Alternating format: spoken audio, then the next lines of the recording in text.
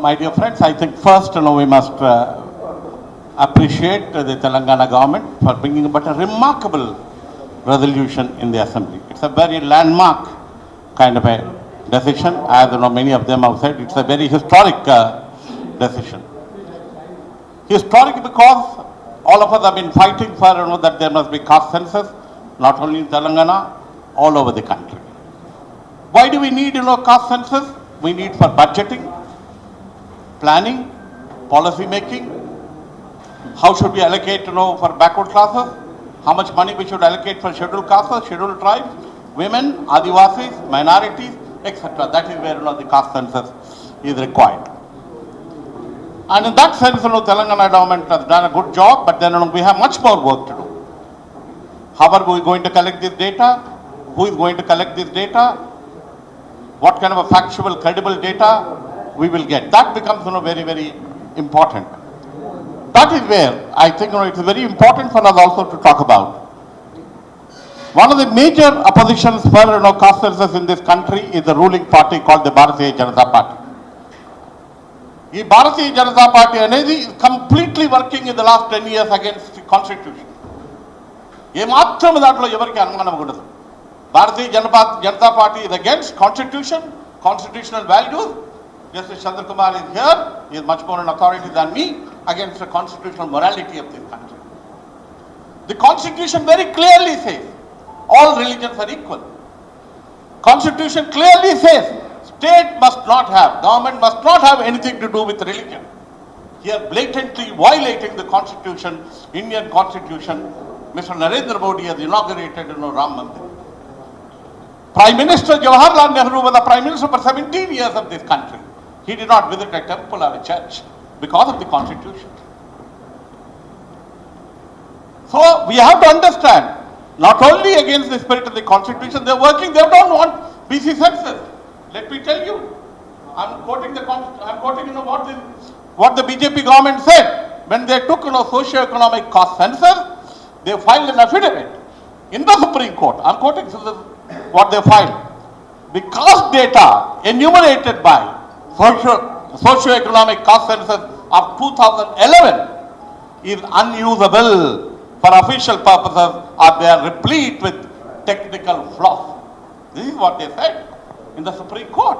They collected the census, caste census, then they realized, oh my God, this backward class population in this country is about 65%, 70% of the country. As now Bihar government caste census are clearly indicated, we are 64%. So they came to Chandrasekhar Rao when he collected, carried out a survey immediately after he came to power. దేశమంతా Gulf నుంచి వచ్చినారు, Saudi Arabia నుంచి వచ్చినారు, cost census అని అది కూడా పెట్టలేదు. ఆ డేటా కూడా ఏమంటుంది, backward class population in Telangana 65%. It has to be 65% because Velama population is 0.4%, Reddy population is 2.4%, other population is 1%, that's all. The whole scheduled caste, scheduled tribe, backward classes, minority population is 93.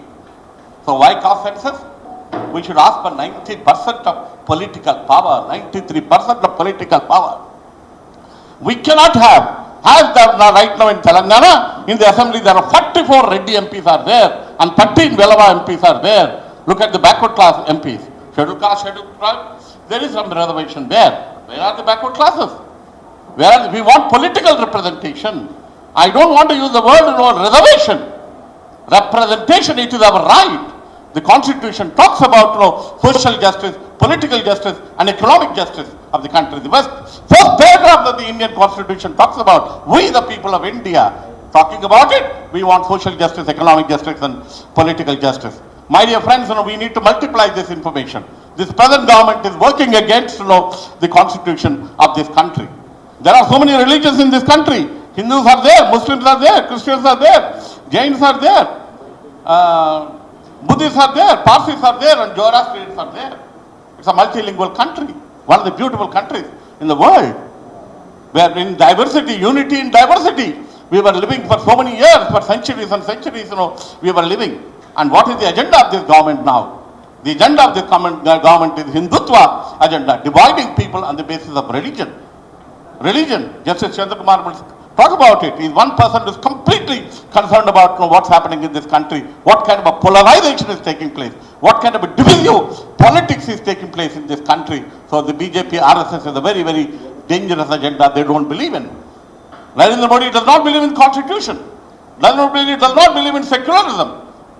Narendra Modi does not believe in socialism. The constitution talks about secularism, socialism, etc. Constitution talks about justice, equality and equity, distribution of wealth. When Professor Tirumali was talking about it, constitution says distribution of wealth. And my dear friend, for all your understanding, I want to make it very clear. Nowhere in the world any constitution talks about reducing inequality. Indian constitution is the only one which talks about reducing inequality. Article 38, Article 39, Article 46, Article 243D, Article 24B, Article 342, all of them talk about equality, equity, justice, providing opportunity. If you go back and read, the directive principles of state policy very clearly says social welfare is the thrust of directive principles of state policy in addition to the fundamental rights of this country. Fundamental rights, talk about rights. Directive principles of state policy talks about welfare, right to education, right to health, right to equality. All these values are being completely shattered.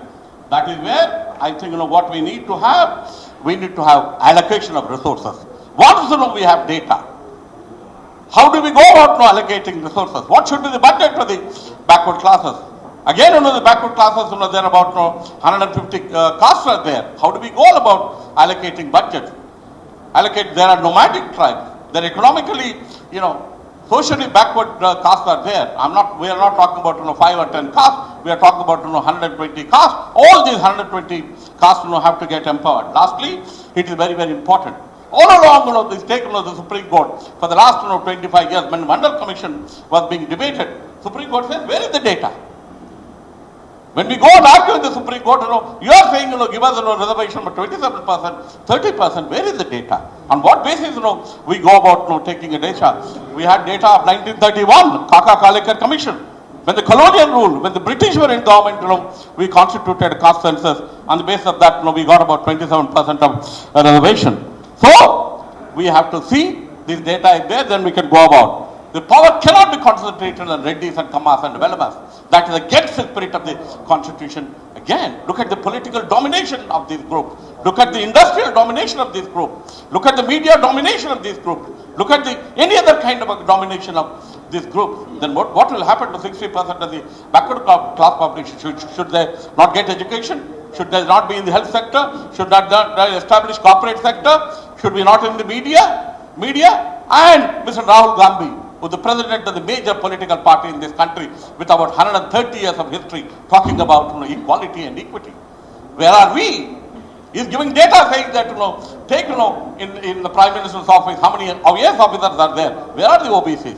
Take industry. Where are the OBCs? That is what is the agenda required. That is what the Constitution talks about. That is where in that kind of a sense, as we need to talk about social welfare, equity, equality, and we need to provide all these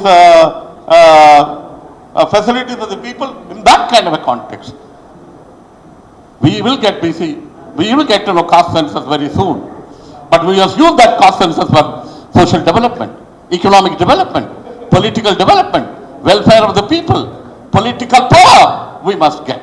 As long as we do not get the backward class political power in assembly, in parliament, democracy has no meaning. Constitution has no meaning. We have kept quiet for 75 years, but now we are in the process of getting now enlightened and educated. As Ambedkar said, we must get education, we must agitate, we must get organized, and then we must ask for political power. All of us sitting here are simply not asking for caste census. In Telangana, we are saying we want caste census for political power. In Telangana, we are saying we need to have next chief minister, our immediate chief minister should be a backward class person. For 75 years, we did not have. That is what democracy is all about. And I speak with anger. Why do I speak with anger? Every day, there is violation of the Indian Constitution taking place. Every day, constitutional spirit is not implemented. Every day, backward classes are ignored and neglected and suppressed and oppressed. As educated people, we have a right to fight and say that please implement what is there in the Constitution. We're not asking beyond the constitution.